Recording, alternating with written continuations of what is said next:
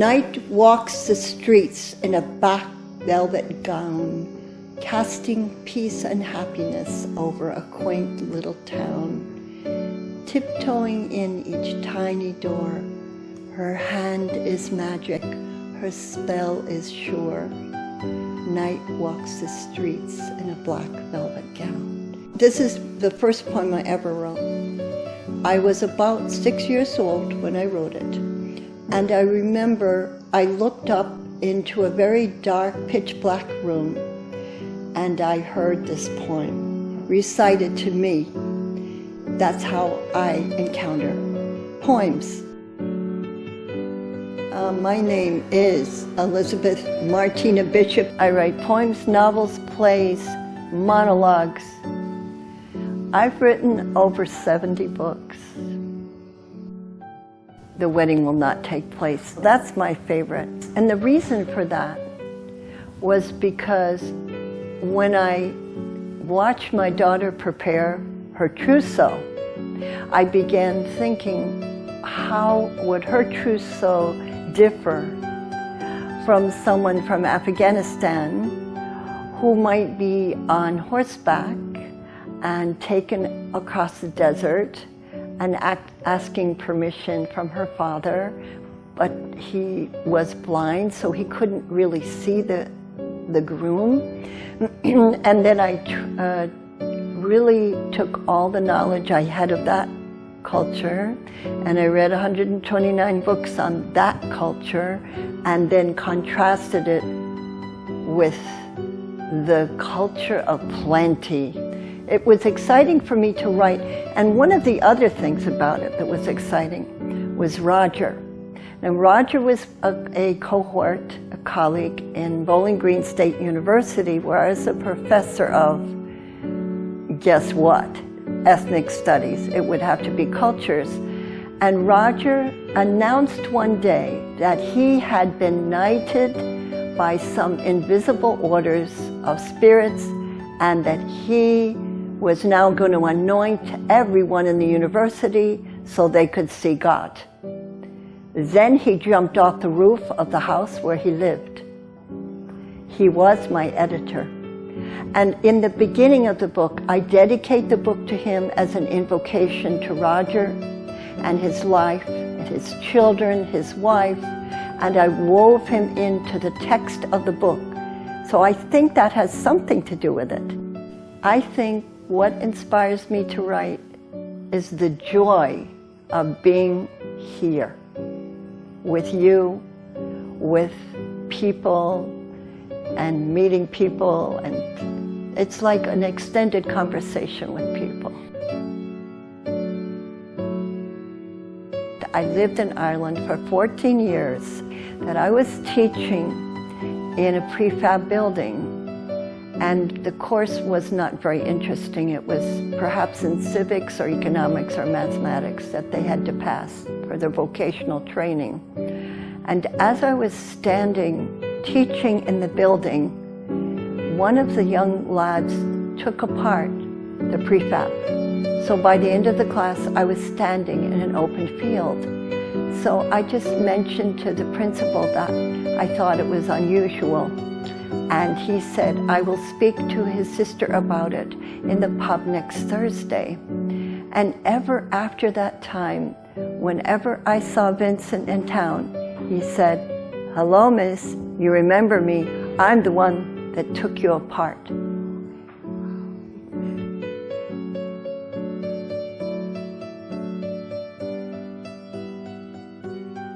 Well, I really had an unusual childhood in that I didn't have one. So the thing that happened first that was really interesting to me was one day I was in a playhouse, and it wasn't a tree house, but it was a card table covered with a little make-believe house that you can just drop over a card table and make it look like a house. And I was sitting in that, and my mother said, I have a contract for you to sign. And I said, oh, Mom, what is that? And she said, it says, because I couldn't really read very well at 7. And that's another story about how I couldn't read. And So she said, you need to sign here. And it said, I will leave this household and I will be taken by someone else in another family right at the age of 7. And this was done at the age of 4 or 5.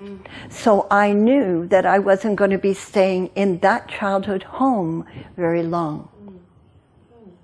And I can tell you, she did keep the contract, and she opened the door of the car, and she said, there's your new home. And the new home was the home of a very, very eccentric actress's mother, who edited the Catholic Commonweal. And she also ran Shakespeare Club dinners in her home. And everyone was expected to dress in an evening dress for dinner every night because of her position. And what happened was, when I walked into this house, I realized she was the mother of Jane Wyatt. And Jane Wyatt, you know, was married to Father Knows Best. And so we watched reruns of that program while she used to nod off to sleep every night. And one day I met Jane Wyatt and was so impressed. And she said, my mother keeps strange guests in the house. Did you come in through the attic window?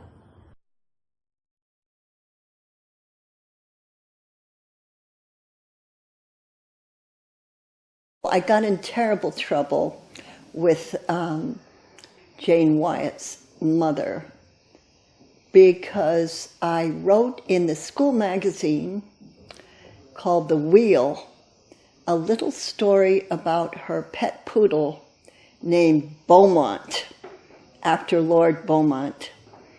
And when I did that, she didn't know that I was going to write an ode to Beaumont. And the fact that there was a butler who would be summoned when her dog jumped on a buzzer.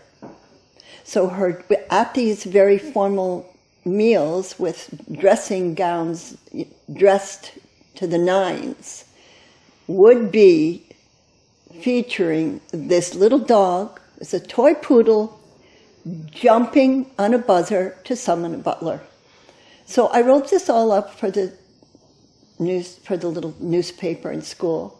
She found out and she said, you can never write an article about me again. So that probably stopped my writing for a while, but not for long.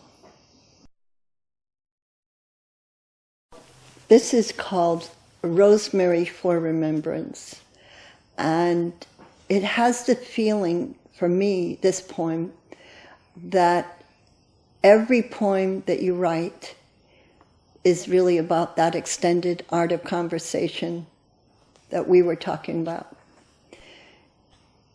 Maybe you should speak to someone about this, about the memory of your friend who fell off the bus long ago, the friend who fell off the bus that others might see and perfectly understand beyond the body's frame, so that others might see past the flame of her being, beyond the fact of the body's theme, the body's chime, so that others might see beyond all limitation of rhyme into the body of the world's remarkable order of ocean and season, above all else, in consideration of another world, above all else, above everything else.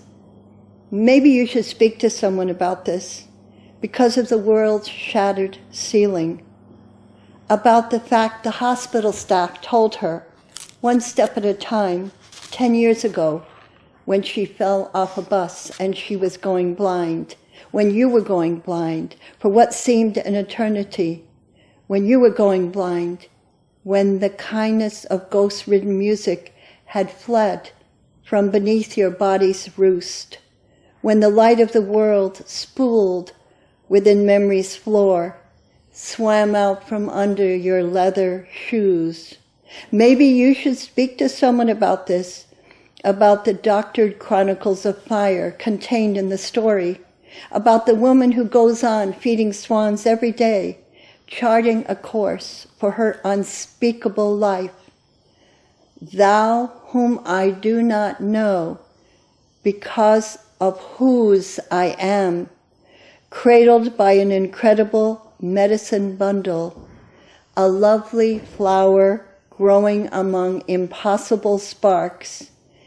Maybe you should speak to someone about this, because I dwell in the infinite universe of pain and suffering, and because the walkways are always filled, crowded with sisters and speakers, and it always rains, because I am called she who brings the rain. Maybe you should speak to someone about this.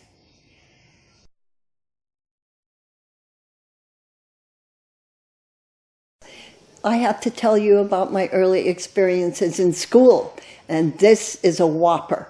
This is how not to teach a 5th grade student who can't write. It was terrible. I was in the 5th grade, and I was reading backwards, writing backwards, no hope. So what happened was my schoolroom teacher, Mr. Donayo, and I always thought it was a great name, Donayo, he sent me to this incredible teacher, and she announced that I was a poet and that I was going to write a poem, which I don't remember that one at all. But what happened was she put the poem in the locker. My homeroom teacher found the poem and took the poem and read it to the whole class. And I was mortified. I thought, it's my special teacher for the fact that I can't write and I can't read. She's helping me. And her name was Miss Griswold.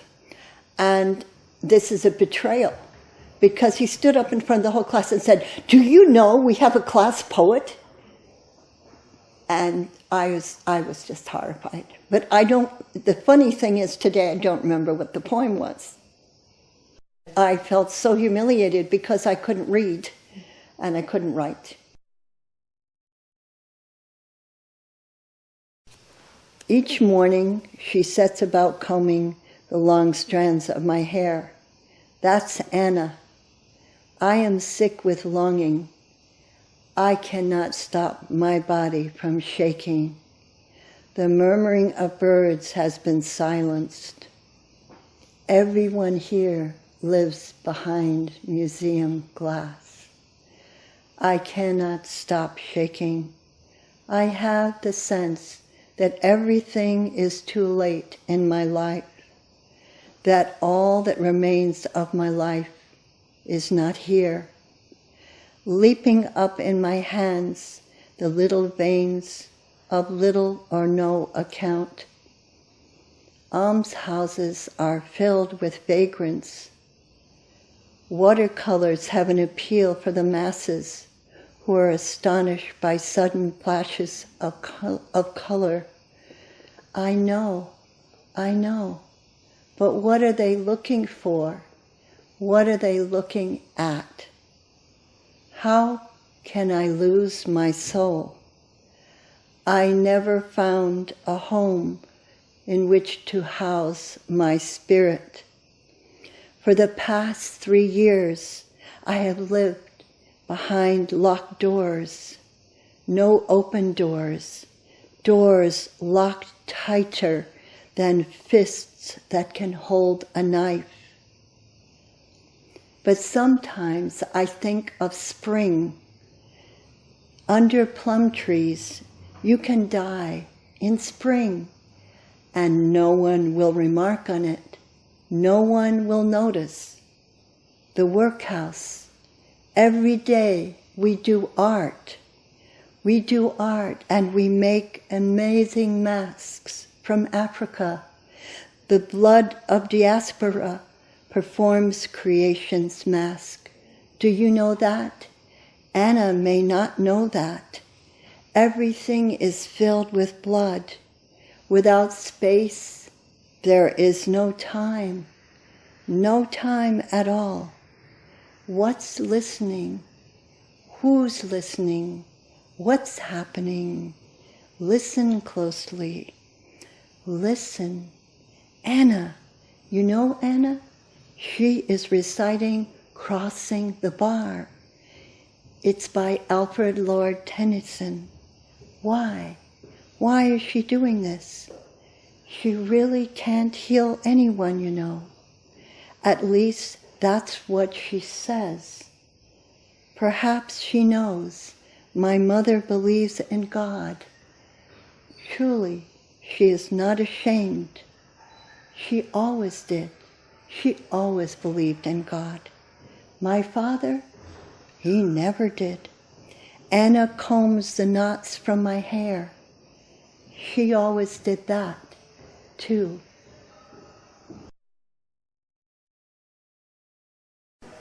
I remember Mr. Hall because he slammed some books on the top of my head and said, "You'll never learn anything," and I never forgot that.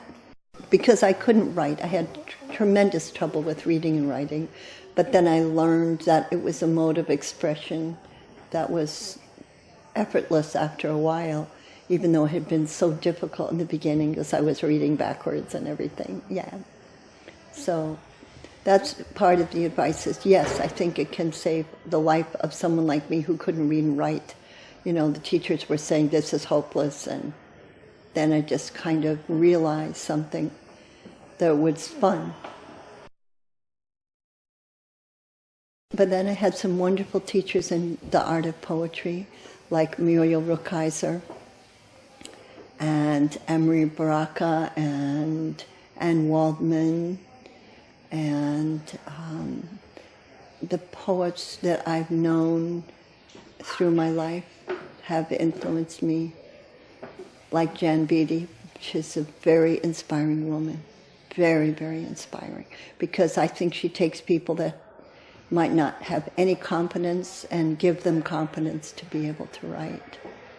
Well, one especially is Paula Meehan. I think she is so inspiring because she never separates anything from her life and her poems. She is wanting to put everything into the poem to represent her activism, her compassion, her immersion in the history of Ireland, and her immersion in the most deprived and disenfranchised situations that many women allow happens to them.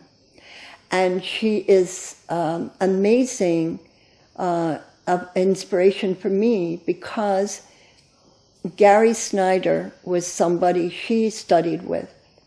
And so I knew Gary Snyder because my mentor at Bowling Green was on an island in Kyoto in retreat with him.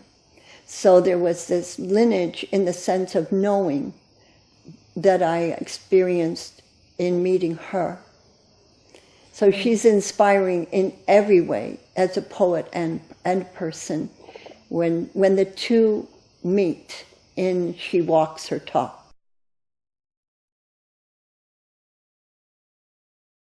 I taught on an Indian reservation for over 15 years. And so immersed in that culture and being an ethnic studies teacher, that is my interest. So when you think about this poem, I hope you realize what it's about, because sometimes when I read poems, audiences say, what the hell was that about? Yeah. So this poem is called Ghosts. Foremothers bear little right to have their days foreshortened. Why must they wait? After scribbling on prison walls, asking, how long must we wait? Are they allowed to claim a portion of the bail money? That sum is never enough to replenish the coffers during Lent, during Passover, nor in any season. How long must foremothers wait? Then, surrendering to the way of Chief Joseph, corn planter and plenty coup, when released under their own recognizance, such women and their progeny may have had more than several occasions to wonder at their future massacres. What of the marvelous grammar of ritual? Couldn't their deaths have been averted in some way? What of the marvelous grammar of swaddling linens, dead pawn, sacred weaving, half-woven hand-me-downs, leased as totemic items? Today, to whom do these ceremonial accoutrements belong? And the reason I ask that question is because a lot of the sacred medicine bundles are having to be in storage because a lot of the tribes were moved from their ancestral lands, and so they have to put sacred medicine bundles in storage, just like a suitcase or something, and sometimes they end up in dead pawn. Dead pawn meaning you can never get it back because the time has elapsed, so you can't get back your sacred bundle.